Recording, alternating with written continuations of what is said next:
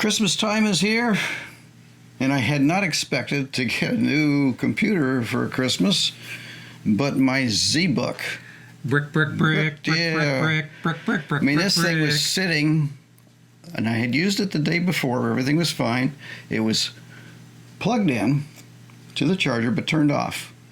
And I just happened to notice that when the heat coming off, in fact, I went to pick it up and I go, wow. So I unplugged it, and I noticed that the little light, battery charging light, was still blinking. Huh. But it was hotter than heck, so I took it and put an ice pack on it to cool it off.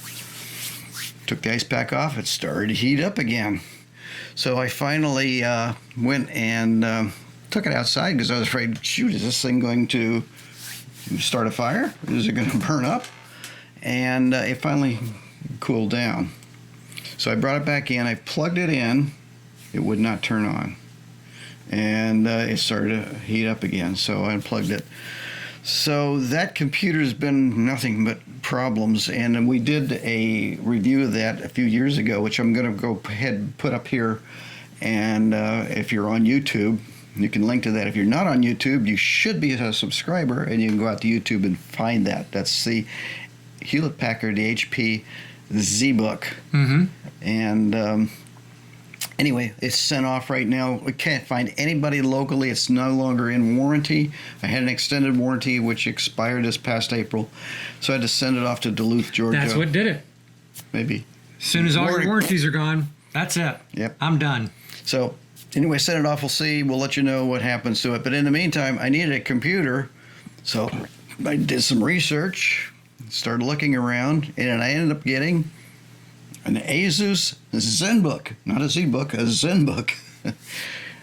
Any computer I got has to start with Z, I guess, the model.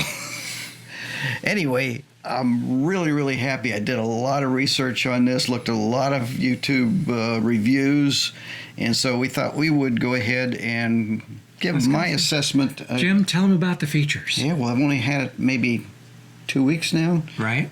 So far, very, very pleased with it. Haven't had any issues at this point, but go over. Now, there's two models. There's a 15 and a 14. Mine is the 15-inch, which is a 15.6 screen, and this screen is... And there's literally no bezel on that. No, it's a very, very tiny bezel, as we had mentioned before, the OLED screen, and one of the things it's got is what they got an HDR mode on here, which is quite impressive. I'm going to bring this up and show you here real quick. Okay, so on the left there, you see the little video. This is a normal mode. If you turn on HDR and look at that, quite a difference. So I was pleased that it does.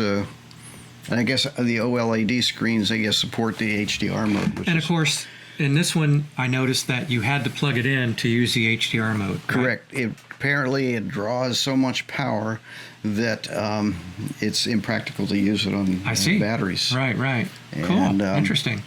So, this also has a... and what's the video card inside there? Oh, this is the card on it is an NVIDIA 3070 card. Okay. And which is, I think it's got 8 gigabytes of RAM memory. On-card RAM, and then I've got 16 gigabytes in the computer itself. There's also an optional 32 gigabytes. You can get either 16 gigabyte or 32 gigabyte. There's quite a difference in price between those. They all come out with a 1 terabyte SSD hard drive. Right. Which is becoming pretty standard. Yes. Yeah. And I've got an i7 in here. You can get an optional i9. Again, the price jumps quite a bit. The price jumps up, of course. There's also a 14-inch model of this, which is a lower price. Yes. And I wasn't sure that it had the OLED screen, but I went back and looked, and yes, it does. So, okay. Just a smaller screen with all the same options? Yeah, and this is it's a 4K screen. So it's really optimized for Photoshop, for your Adobe products, for Skylum Luminar, for Topaz, whatever happened, for photo and video editing, it's really optimized for that. Right. Especially when you talk about this guy down here. Yeah, well, this is the main thing. This is the Zenbook 15 Duo. And Duo, and the same thing on the 14 inches, has got this second screen, second monitor built in. Now, you'll notice that the primary monitor, this is a glossy screen, which also gives you that really nice contrast. The only problem with that if you have a light behind you glaring on there. So in order to eliminate that on this secondary screen, notice it's a matte finish. Right. So it's not quite as bright or sharp, but it's also a 4K screen, and you can take, as you see, I can open up something here, and I can use that as a secondary monitor. Or you can also put a third monitor on here if you wish, so you could have actually 3 monitors. But I understand you can, because this is touchscreen, it's also going to double as a mouse. Well, right? it has something in here. Let me point this out. It's got this smart pad. Shut that down. By the way, if let me show you this here. Let's say I don't want this here. I want it on the primary screen. There's a couple ways to do this. One is you can just go in here and drag it over, and now it's on your first screen. Or you can just drag it down there and drop it into here. Expand it out. Or there is some keyboards, function keys that you can use to do it. Or you can just click this over here, which is the task swap, and that'll swap it. So if you want to go real quickly, actually that'll swap anything. Anything that's on this screen would move down. Right. And so let me talk a little bit about this smart pad deal. There is a number of control, and these are customizable. You can actually add or take away things that you want. This one controls the screen brightness. So if you want it, let's say you want it really dim, it's or you can turn it off completely if you want to. This one allows you to decide where you can preview your apps. Oops, close that one down. The next one, as we talked about, is a screen swap. Then this will turn on or off your camera, which is this has a 720 camera built in. It's got the Windows facial recognition with the IR, so I think they call it Windows Hello. Right. This is one that I added in here. This is what you had kind of mentioned. We'll convert this into a trackpad. One of the problems is the trackpad on this, because there is no room, is over here on the right, and it's smaller than a typical trackpad. So like if you want to move from left, you're going to have to do it a couple times to move it across. However,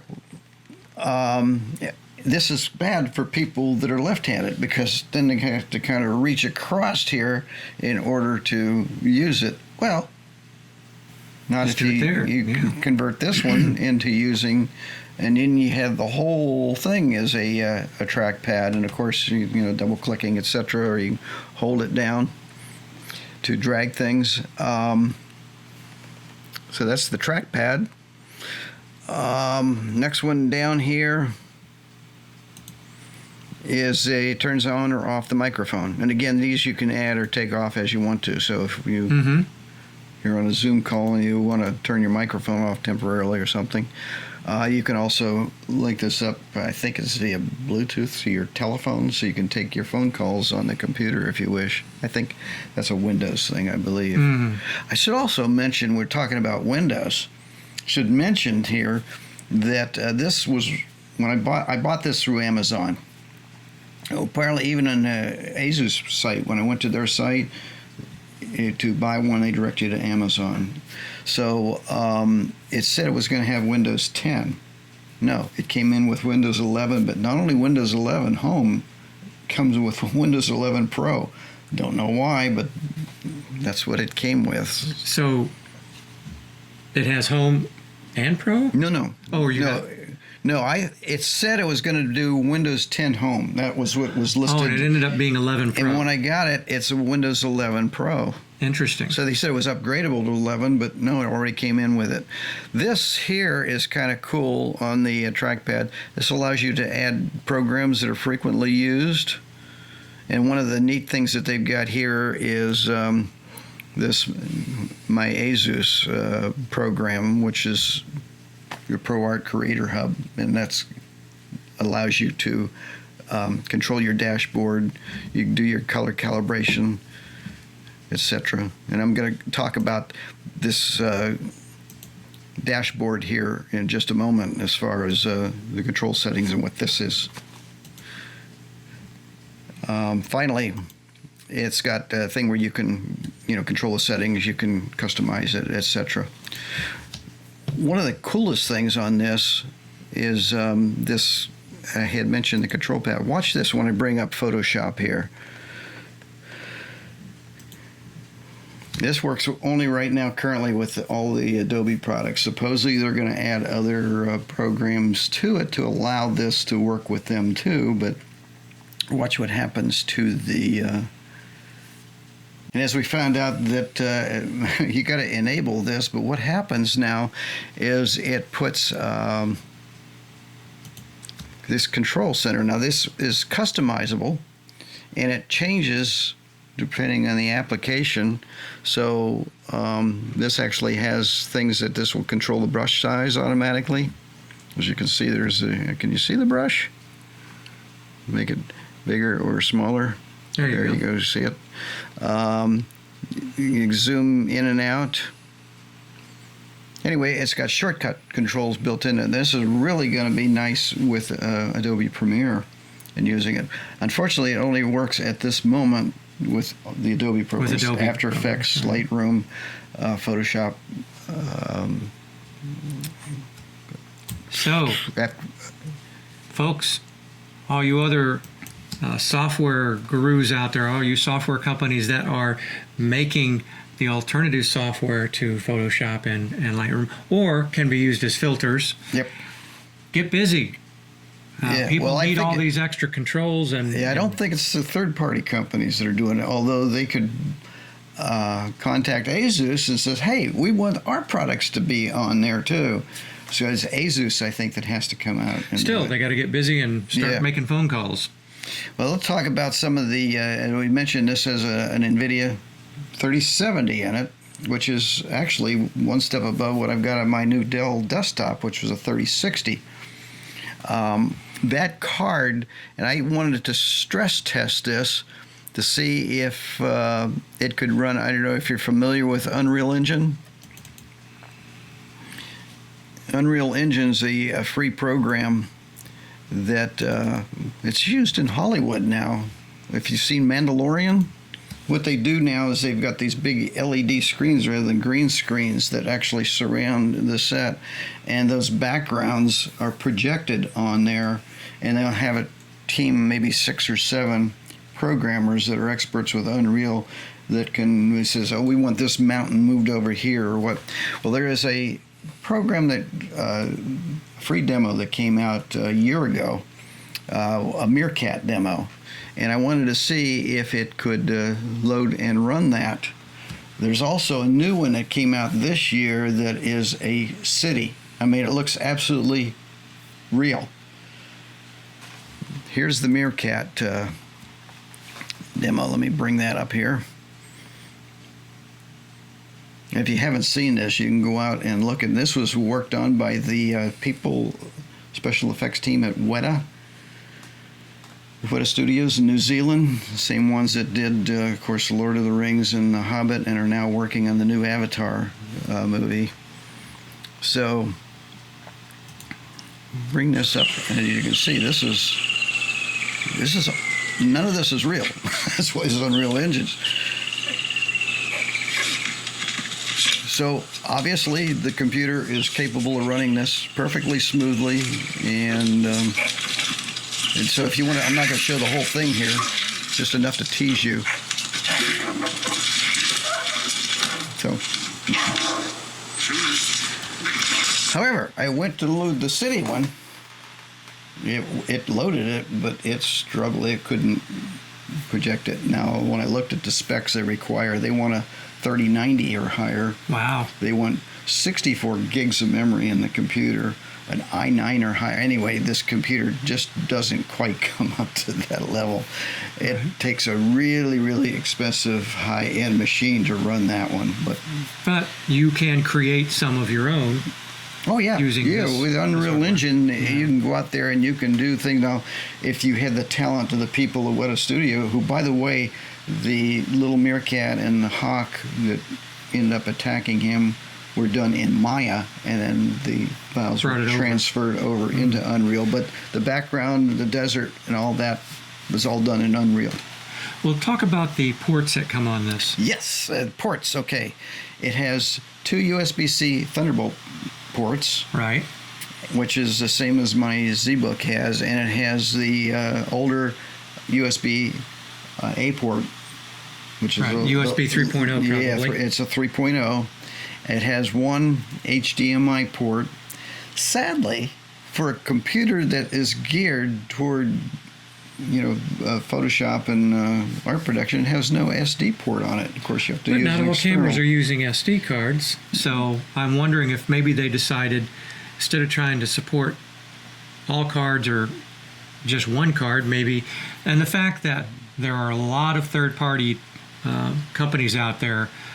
I have a small one that has multi-card readers. Oh, yeah. And all you got to do is, and they will plug into... Well, that's what I use, external. The only thing about an internal SD port, even if you're not using it to transfer photos or not, is say you get a 500 gigabyte port, that gives you like a secondary drive that you can use. And that's what I use on my Dell. I actually have a and I did the same thing terabyte on my ZBook card. I had a because the ZBook only had a 500 gigabyte drive in it, so that was kind of a bummer, but it's not a big deal. Right. It also has the microphone, earphone, the typical mini 1/8 ports, right? 1/8 inch.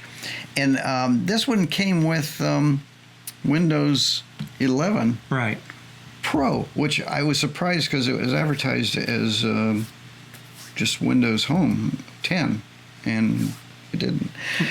Another kind of disappointment on there, and it's probably because of the power of the machine, the battery in it, depending on how you're using the computer, only lasts 3 to 5 hours. And as we just found out here as we were doing it, that the HDMI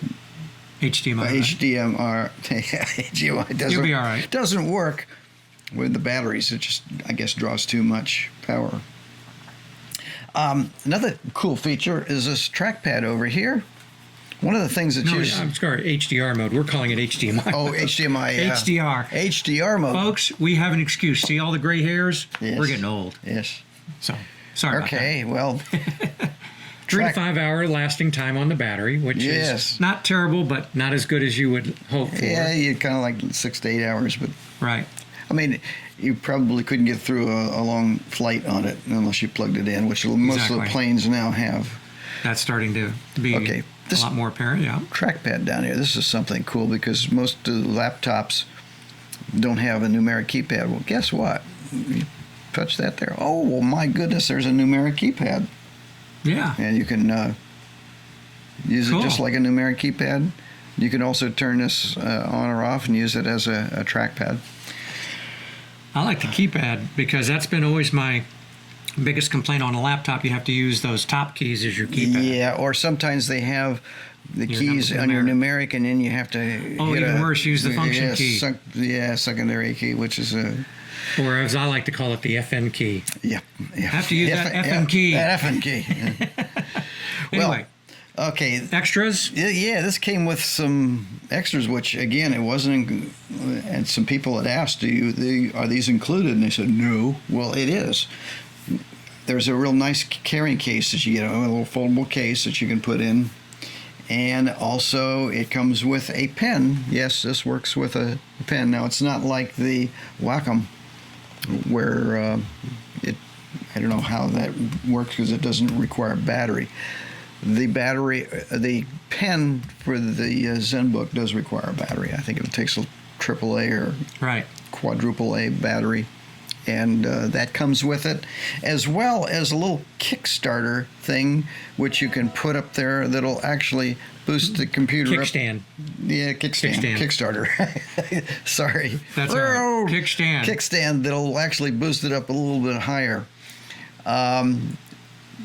If you would notice that when you open up the computer, that the secondary monitor actually lifts leans up. a little It's bit. kind of cool the way that goes. It also gives you more airflow, which helps keep it cool because of the I get that GeForce 3070 in there. It really needs a lot of cooling. So, and as I had mentioned, that you can also plug into the HDMI or the Thunderbolt if you have another larger monitor you want to do. There was one that we used a few years ago. I think we had done a review that will allow you to use an iPad or a tablet as a secondary monitor. Mm-hmm. Yes, you can do that with this. So let's talk about the cost. What kind of prices can they expect on this? Okay, well, that's another maybe on the downside. I looked up just recently on Amazon, and you can shop around. I think B&H, there's a number of places that carry these. I think Best Buy has them. I saw the i9 version. There was one that had basically the same features except that had 32 gig i9, and it was $3,500. But I've also seen it on Amazon as low as $2,700. The i7 around $2,600. Now this was a Black Friday special that I've got mine, and I got it for $2,015. And so my advice is, if you decide this is what you want, if you're drooling over this, go and do some research, check around, because the prices seem to be all over the place. Right. Finally, what I was kind of disappointed in both of my HPs was the audio levels in them were so low that when you even turn all the way up, you can hardly hear it. This thing will blast you out of the room. It's got a Harman Kardon audio system. It is great, and the speakers are wide enough on the 15-inch that as far as the stereo sound, it's quite impressive. So if you're into audio processing, this would be a great computer, for a musician or something like that. Right. Another downside is the computer weighs 5 pounds, which is just slightly heavier. It's like 0.2 of a pound heavier than my old ZBook, but that's still a lot of weight in the size in here. So as far as if you want a portable computer, probably want to consider the 14-inch model. That'll be lighter, easier to carry, and also is less expensive. So. And then your keys is your keyboard. Yeah, it's got backlit keyboard. Okay. So you can see that, and built-in camera on this. Yes, it was. We mentioned 720. It's got the Windows Hello. Right. But that's how you're using your face recognition. But also you can do Zoom calls, etc. Oh yeah, on there. Absolutely. So. And it looks like it's a pretty impressive bundle. Yep. Like you said, a little on the heavy side, but an expensive side. Yeah, with everything they've packed into this thing, if they can make this lighter, it's going to take them a while, because there's a lot of stuff they have to re-engineer. It's got definitely some width. And also, I should mention that this comes up to what they call the military specs. They apparently put it through all kinds of bumping and dropping and everything, so it comes up to military specs as far as toughness, and I thought that was quite impressive too, because I'm using this quite a bit with travel. It's in a computer bag that's padded and everything, but still, it can get bumped around a bit. You've actually had that happen to some of your different laptops. Yeah, well, actually, systems. Years and years ago, I had a little small computer, and the TSA people actually dropped it and broke it. Took me 6 months to get the money to You had another replace laptop that was in your baggage, and somebody threw something really heavy on it. Oh yeah, that was one of the other HP computers, and when I got home, I noticed I thought it was a piece of hair. Well, it turns out no, the screen was cracked, and it was a touch screen. Well, the touch screen no longer worked. I'm still able to use the computer to do some just general internet surfing and stuff. But anyway, that's it for the Zenbook. If you have questions, if I discover after I've used it for a while, maybe we'll do a follow-up on it and maybe include the Dell as well, as far as our impressions after we've used them for a while. And that's all I got. Alrighty. So thank you. And again, if you haven't, go out there and subscribe to the YouTube channel. We've got a lot more goodies out there. We're going to be including some stuff there, which we're not putting on our podcast. Right. And of course, tell your friends to tune into the podcast if they haven't seen either one. And, they can see our happy faces. That's right.